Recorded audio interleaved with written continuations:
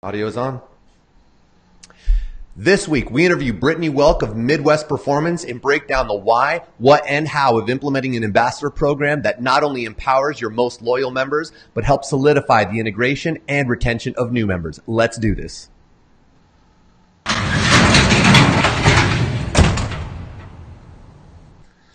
Hello and welcome to this week's episode of Gymwright Live. I'm your host, Marcus Gursey, and I have the lovely Miss Brittany Welk on with us from Midwest Performance. Hey, Brittany.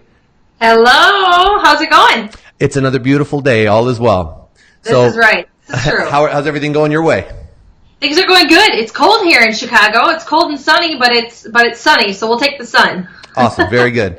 Yeah. For those of you watching, I actually met Brittany through a mutual friend several months back.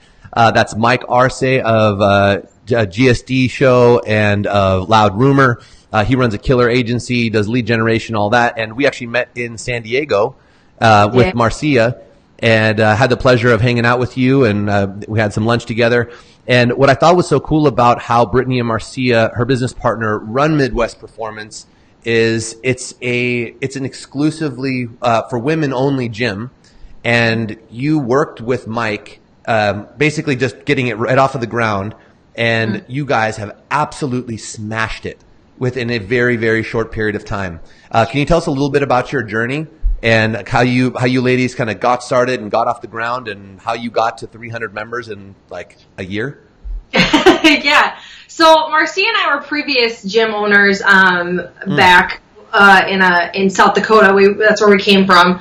And so we've kind of been down this road before. And to be honest with you, we didn't really know if we wanted to get back into that road again. We weren't sure if we really wanted to dive back into entrepreneurship because it's a lot of work. Yep.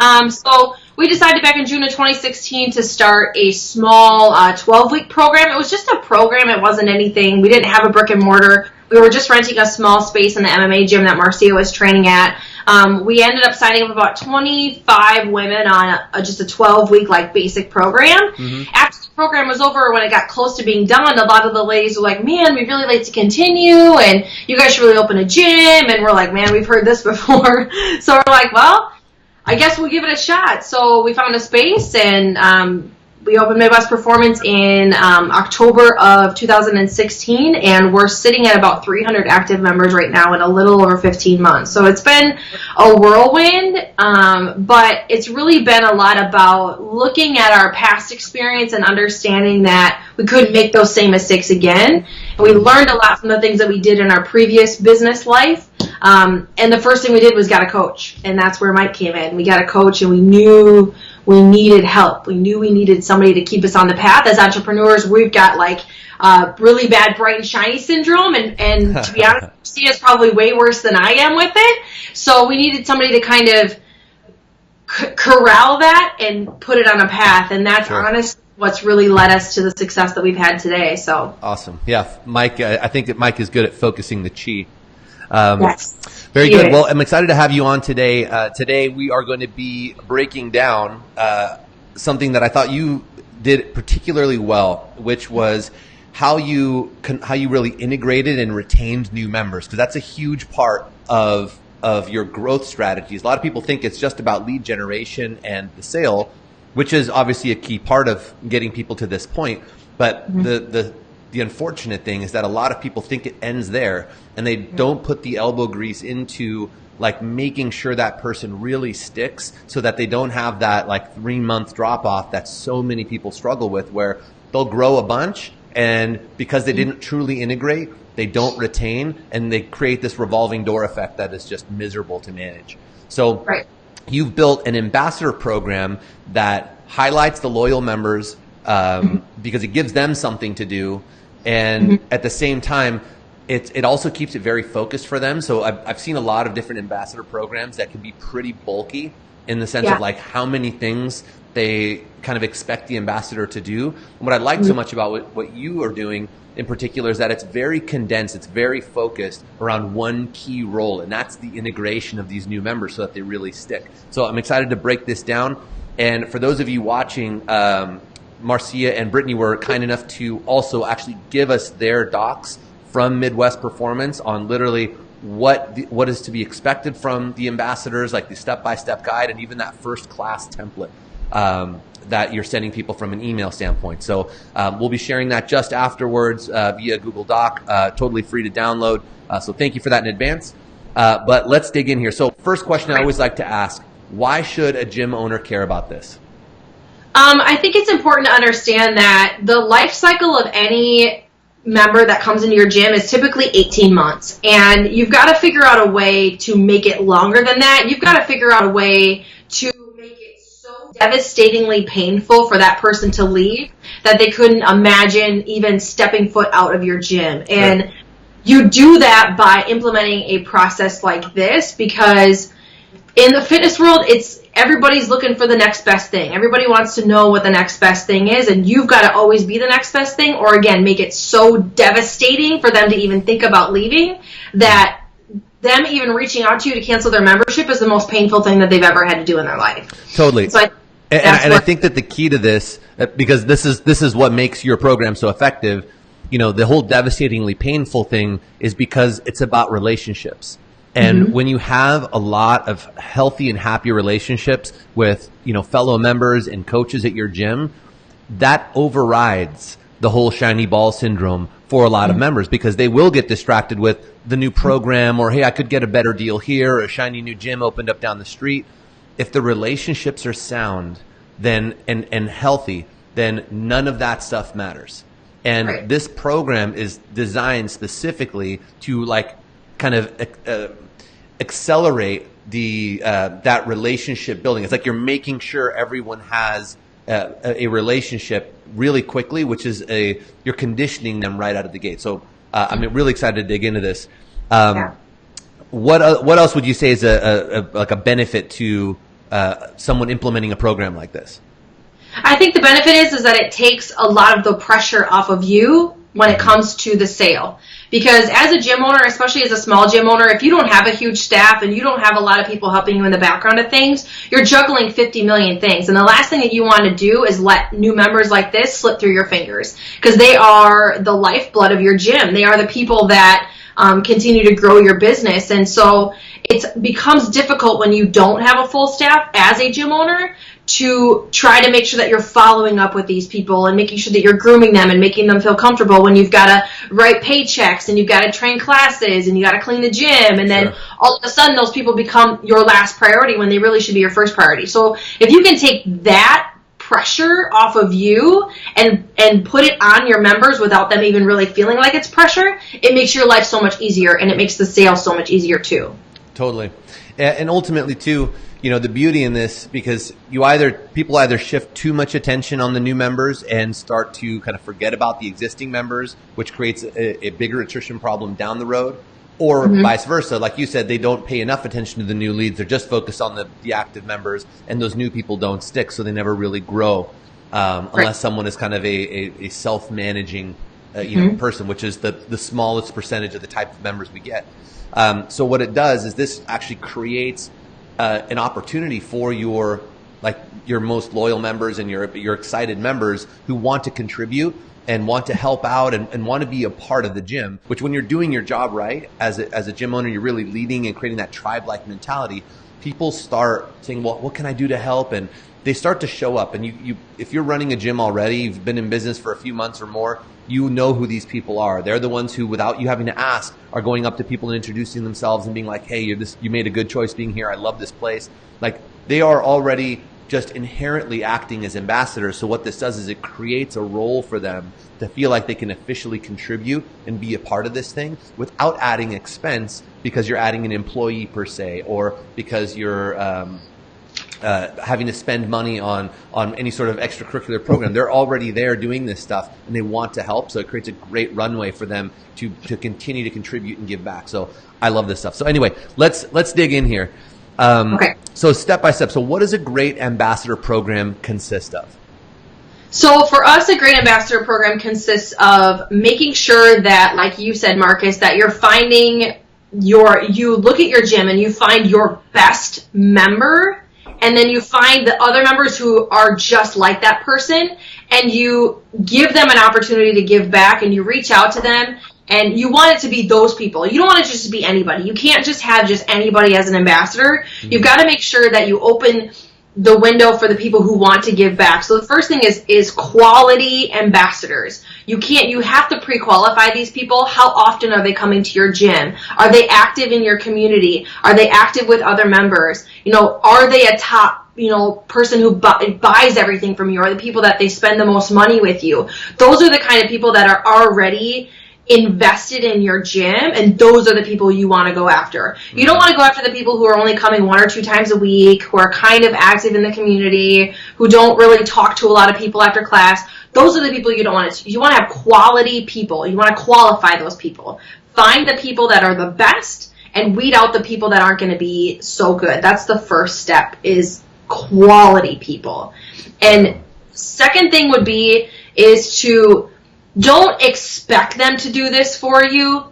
You have to ask. You have to be willing to ask, but you have to position it in a way as what's in it for me. Like, what's in it for them? They want to know what's in it for me. And inherently, they want to give back because they love your gym so much.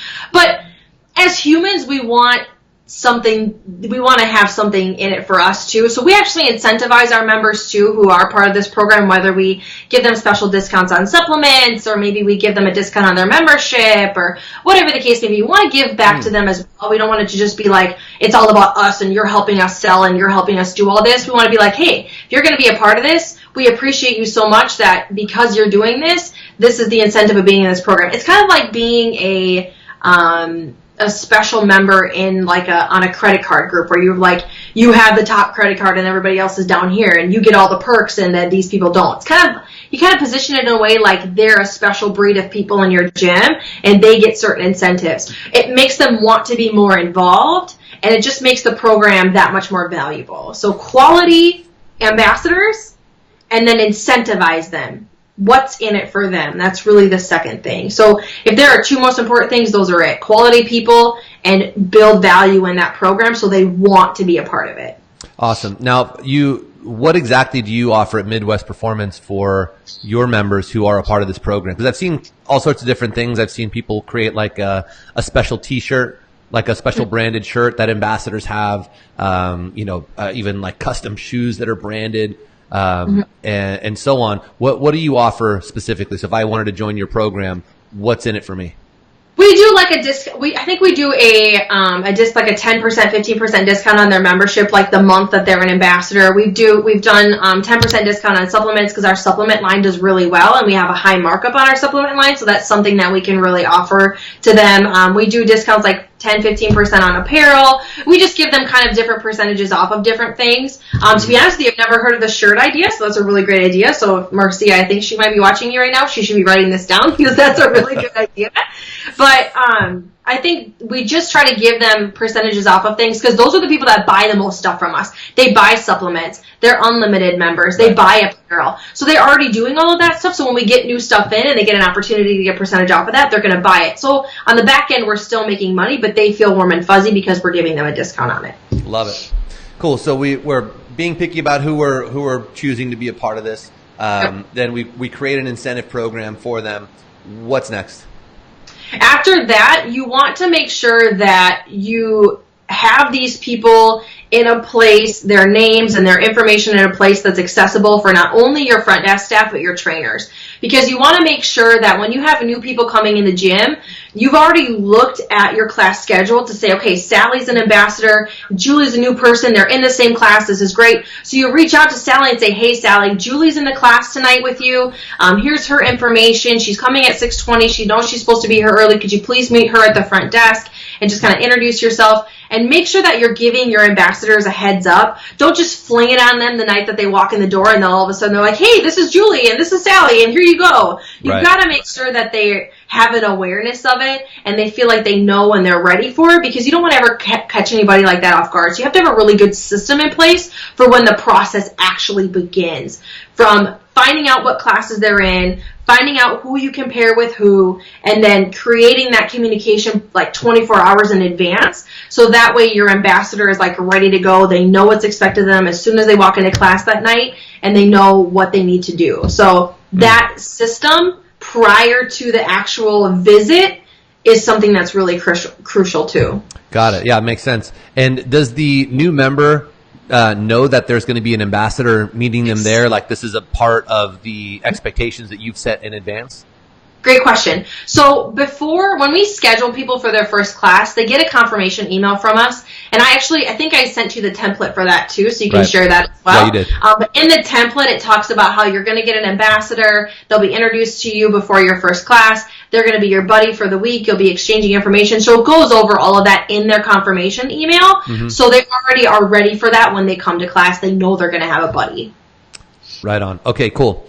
So now that we've got the ambassador teed up, the member knows that they're going to have an ambassador there.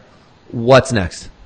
So when they come in the door for their first class, your new trial member, or whoever they are, is going to come into the front desk. They're going to get checked in. We usually put them, get them a locker and everything like that. And then we hook them up. We kind of do the hookup with the ambassador, and we say, Julie, this is Sally. Sally, this is Julie. She's going to be your ambassador for this week while you're here taking classes. Mm-hmm. Please feel free to buddy up with her in class, exchange information, be friends on Facebook so that you guys can check in with each other.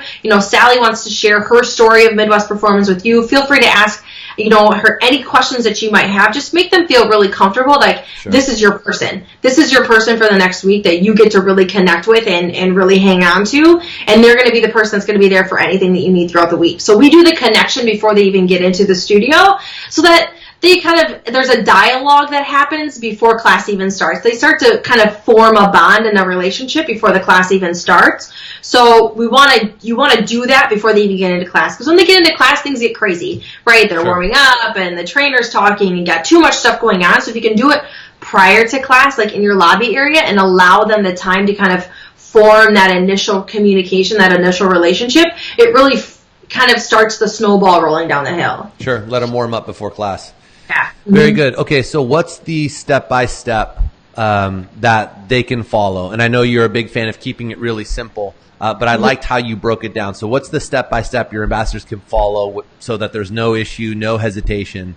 Great. So I'm going to pull up the document so that I have it so that I go right over what it looks like. But the first thing that they do is make sure that we want them attending at least 3 classes a week. That's important for us to make sure that they're coming that often, because for me, it's like you can't really be a great ambassador if you're not practicing what you preach. And we really want our ladies being active in our studio. So if you're only coming like 1 or 2 times a week, you really aren't supposed to be an ambassador. So I got the document pulled up, and I go over the document. You guys are going to share this with your audience here afterwards, but I'm going to go through this. So step number 1 is making sure that the ambassador arrives at least 10 minutes prior to class. Like I said, it gives them time to meet with the new person, to kind of form that relationship and make sure that they're there for them before class even starts. So that's number 1. That's step number 1 for the ambassadors.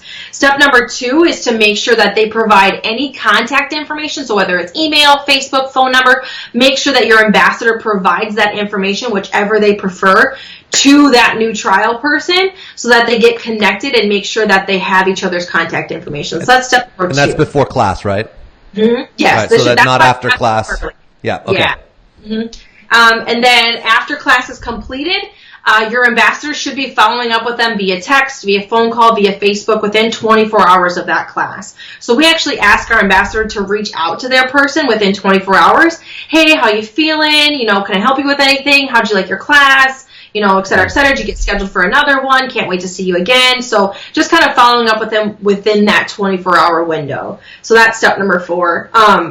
We actually give them a template to use, a template like text or message on the form. So they don't have to be like, well, what am I supposed to say? It's already here for you. So they just have to copy paste. We also have a couple stipulations with the communication. We want to make sure that they're responding in an efficient, timely manner. We don't want them messaging them and then waiting 8 hours to get back to them. And so that's another thing that has to be really clear with your ambassadors is when you do this, it's a responsibility. It's a responsibility, and these are the criteria. So if you can't meet these criteria, then you can't, then don't do it. But the response time is huge. We can't have them waiting. So that's listed in here too. We always tell them, don't be afraid to share your journey. Don't be afraid to share your journey with these people. Share your experience in the studio. Share your weight loss journey, because these people want to relate to you. They want to know where you've come from and where you've been. So don't be afraid to share your story. confirm with them. The next thing is confirm when their next class is, so that the ambassador is aware of when they're coming next, which does a couple things. Number one, it tells the ambassador, okay, yep, cool, I can make it to that class with them, that'll work. It also does, oh shoot, I can't make it to that class. I'm going to email our studio manager and say, hey, I can't make it to the next class that she's going to be at. Can you just make sure that she's taken care of when she comes?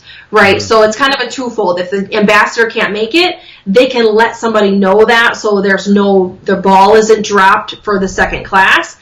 Or it also lets them know, like, hey, yep, that works. I can come to that class. So confirming that next class. I'm going to pause you real quick. What I like about that too is it also creates a little bit of a tie down for the new member to actually show up, because now they feel like someone's going to be there waiting for them that they like and that they've already started building a little bit of a friendship with. So they don't want to let this person down is what starts to happen, and they're more likely to attend, which the goal here is to obviously, especially if you're doing this during like a trial week or something like that, that we want to get as much attendance as we can, right? Someone doesn't take advantage of it, they're going to be obviously less likely to continue or sign up. Yep. And then step number 5 is after the trial is completed, we just have our ambassador kind of do a follow with them, let them know, hey, it was great meeting you. You know, I can't wait to have you in the workouts more often. Kind of just warming them up, making them feel warm and fuzzy, asking how they've enjoyed their classes, things like that. And then number 6 is once their trial is completed, then we pass them off to one of our membership specialists. And by that time, if this program works like it should, they should literally just walk up to you and be like, where do I sign? Like, right. Where, sign me up. Like, we literally had a girl do that the other night. She took 2 classes. She came in. She walked right up to me. She's like, so where do I sign up? And I was like, right here. Like, right here. So that's why we do this, because it should take all the pressure of sales off of you, which makes these people feel like you're not trying to take their money, that you really want them to be a part of your community and a part of something. And it just makes the buying decision so much easier when you do that. For sure. So just to clarify, because I saw a question come in from Lewis here, asking, would you do this for someone who's not signed up for the program yet, like a trial member or prospect? So to clarify, you offer a free week trial, is that right? Yep. Yes, that's our offer. And this is part of your free week trial sales strategy, is that you actually are assigning these ambassadors to help not only make sure that people are taking advantage of it, but obviously to get them to convert. But exactly. This program or these principles, this exact method can apply for any new member too, right? So if you have a model where, let's say, you do an intro session and then you're signing them up and maybe they go through an onboarding program of some kind, anything like that, and then they're in your regular group class, giving someone an ambassador maybe for their first month or their first week of classes or something like that can go a really long way. So don't write this off if you're thinking like, oh, I don't offer a free week trial, I do an intro or maybe no intro. The principles of this apply in every single model, because at the end of the day, we're in a relationship-based business, and the whole point is making people build that relationship with the other members, with the coaching staff, with the brand as a whole, so that they are more likely to stick and obviously stick around much, much longer, because they feel like they're a part of something. They're joining a tribe. They're not joining a gym. And that psychologically is priceless versus now you're being price shopped, right? Yeah. I would agree. Don't count this out. If you want to do it, like I know a lot of CrossFit gyms maybe do like a foundations class where they put them through kind of like a foundations class and then they introduce them into the regular class. You could always do it from the transition to the foundations to the regular class. Kind of in that transition, they can have an ambassador. Even in your foundations class, they can have an ambassador. So it doesn't have to just be because they're coming in and they're not even a member yet. You could really staple this anywhere you 100%. Want to in the process. Yep, 100%. So we'll open this up to Q&A. So if you're watching this live, you can go ahead and pop any questions you want into comments. We'll answer them here as we go. And if you're watching this after it's aired live, still put your questions in at any point in time here and just tag Brittany or myself. We always come back and answer the questions for you. But we've got one here from Lewis. Question is, here's a question. At what part of the sales process would this be? After the initial consultation with a staff member or before? So if you're, for example, I'll lay this out. I'll answer this one. So if, let's say, you offer an intro session with someone, Lewis, and you do a one-on-one, you prescription sell them into a membership. This is a great model. especially if you're on like the higher end of the, you're charging more for memberships and so on. Offering more premium service is a great way to start. They go through an onboarding program. I would suggest putting the ambassador on them once they finish the onboarding program itself. So if you have an on-ramp program or something like that, foundations program, usually if it's small group or one-on-one, I'd probably keep that in that environment, because those are usually at kind of, the member's not going to be able to really do the workout with them because it's so educational. It'll be more of a drawback for the member to do those classes. You want to keep it a win-win for the member who's actually doing this too. So my suggestion would be is to actually, once they transition to group classes, that you tell them, hey, you've great job with your foundations program. You're going to have an ambassador who's going to take your first 3 classes with you, or even if it's just your first class, even if you just had one, that would already make a difference, right? So that they actually have that transition. Hey, I'm going to do your first class with you, or hey, I'm going to try and take some classes with you throughout your first month, and I'm making myself available to you. Something to that effect after they finish the foundations program is probably what I would do if you're doing like a single intro sales session. Now, if I were doing like a week trial, I would actually do it exactly how Brittany does it. So I would have someone that's assigned to them throughout that week, obviously on top of my own check-ins and automations that are coming from, hey, how's your experience going so far? Let me know if you have any questions, sending them content, building value around the program and so on throughout that week as well. So hopefully that answers your question, Louis. All right. Lewis. I never know how to say it. Okay. Cool. Anybody else, if you have any questions, go ahead and plumb them in here now so we can get to them. I know there's always a little bit of a delay when we do this. I think it runs a few minutes back. But here we've got one from Taylor. I'm going to pull this one in. It says, what is the maximum number of ambassadors you would have? Is it based on total membership, like a percentage, or do you base it on class times, like 2 ambassadors per class time? How do you approach it? That's a great question.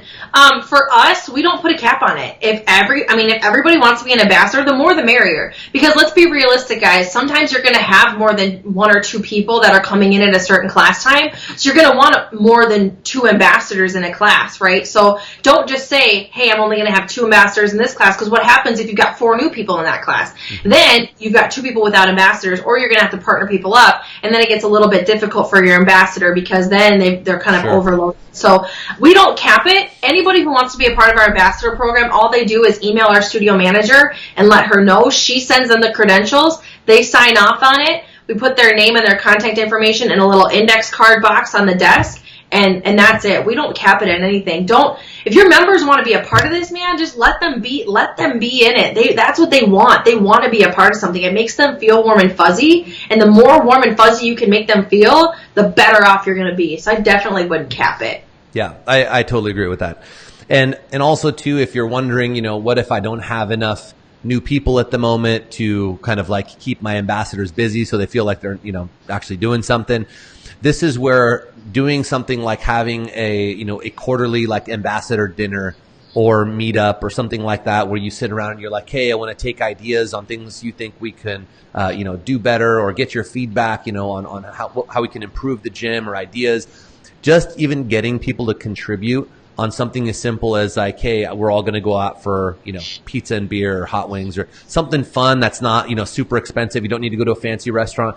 The point is that you're hosting them getting together and contributing and feeling like they're a part of something can be a great way to just kind of rally everybody together. That way, at very least, even if they haven't had the chance to work with a new member yet, they still can feel like they're a part of kind of like a committee almost. So right. You can play around with something like that too. Yeah. So next one here. Great questions, guys. Yeah. Another question here from Lewis. Are the incentives on a recurring basis as long as they are an ambassador, or the incentives are only as good as long as they are performing their ambassador duties? Good question. Good question. Yeah, it's not just something like, hey, I want to be an ambassador, and then they don't ever be an ambassador, and then they get all these discounts. No, they have to be active, like meaning being an ambassador with at least 1 to 2 people per month. We don't just want them like just being in the ambassador program, getting the perks, and then not being active in the program. Sure. You want them at least ambassadoring like 1 to 2 people at least per month, right? Depending on how many new people you have coming in the gym, you might not always be able to keep them busy, but just they have to be active. Don't just say like you're in the ambassador program and you get all these perks, but you haven't ambassadored anybody. Like they have to be active in the program. So you can set your own stipulations on that. For us, it's 2 people a month. They have to ambassador at least 2 people per month to get the incentive. So, and yeah, it's going to be dependent on everybody's gym and what you offer, but us, it's at least 2 people. Got it. Now, question for you, Brittany, is do you quality control or like check in on or somehow manage what or how well your ambassadors are doing? Yeah, we sort of feedback loop or anything? Yeah, we still get feedback on the back end of things, usually from the trial people. Like, how was your time with Sally? You know, was she helpful? Blah, blah, blah. We kind of get that on the back end when we're talking to them when they're signing up, just to make sure that their experience was good. But we also, because we have 2 membership specialists and I have a studio manager and I myself, and this is the new week trial leads that are coming in are kind of my baby too. I follow up with them even myself. And so do our membership specialists with a phone call, with a text. So they're getting a lot of text messages, but you have to understand that people love that. The fact that you think about them after they've left your gym and you want to check in on them is something that every time we have people sign up, I have emails and text messages and conversations with people like, that text message was amazing. Those messages you sent me made me feel so good. It goes back to warm and fuzzy, right? We get a lot of feedback on the back end of stuff, but during the process, we're still kind of quality controlling things on our staff side of stuff. It's great to put that on your ambassador because it's more work off of you, but if you can, you should still be kind of quality controlling in there yourself, sending the text messages, going in, making sure there's schedules for other classes and things like that. So don't just rely all the way on them, but give them some freedom. Don't overwhelm them, but you can always get that. We get that feedback on the back side of stuff. 100%. Yeah, this should be on the back of you doing this yourself, because ultimately you are the one selling the membership and building the bigger relationship, right? You're the tribe leader, if you will. So having whoever either is the head coach or the owner or whoever kind of owns the new people coming in should be also checking in. Your ambassador program should be what's really kind of amplifying that relationship building and making sure they feel comfortable between that stuff, right? So it's a second layer, but the first layer should be you checking in and saying, hey, how's your first week going? How's your first class? That kind of thing is going to go a really long way. So make sure, obviously, this is part of your already existing strategy of, I want to make sure that people who are coming in are being checked in on and getting some personal touch points, even if it's just 1 or 2 that are coming from you and don't feel canned, and just feel like, hey, I just want to check in, see how it's going. How was that first class? Or how are you feeling after those thrusters? Or whatever you did, something specific is going to make them feel like you're really paying attention, which is, again, how this whole thing works. So beautiful. Yeah. Cool. All right. So I think that's it for questions. Brittany, where can more people find out about you, Midwest Performance? Where can they find you? You can find us on Facebook at Midwest Performance. You can find us on Instagram at Midwest Perform. You can find myself on Facebook at Brittany Welk. You can find Marcia on Facebook. Marcia is my business partner at Marcia Allen. MidwestPerform.com online. Guys, please feel free to reach out. We love helping other gym owners because we know what it's like to need help, and we're always willing to help. So we don't own a CrossFit gym, but we have owned CrossFit gyms, so we're kind of in that space too. So if you've got questions, please feel free to reach out to us on Facebook or Instagram, in the Gymwright group. Marcus is a great friend of ours, and we're always happy to help whoever needs help. So yeah. Awesome. Thank you so much for joining us this week. That was a wealth of knowledge. Thank you for sharing. Look forward to having you on again, because I know you obviously have several tricks up your sleeve. So we'll coordinate again here in the very near future. That said, have yourself a great weekend. Guys, thanks for watching. We will see everybody again next week, same place, same time. And yeah, that's it. Have a good one.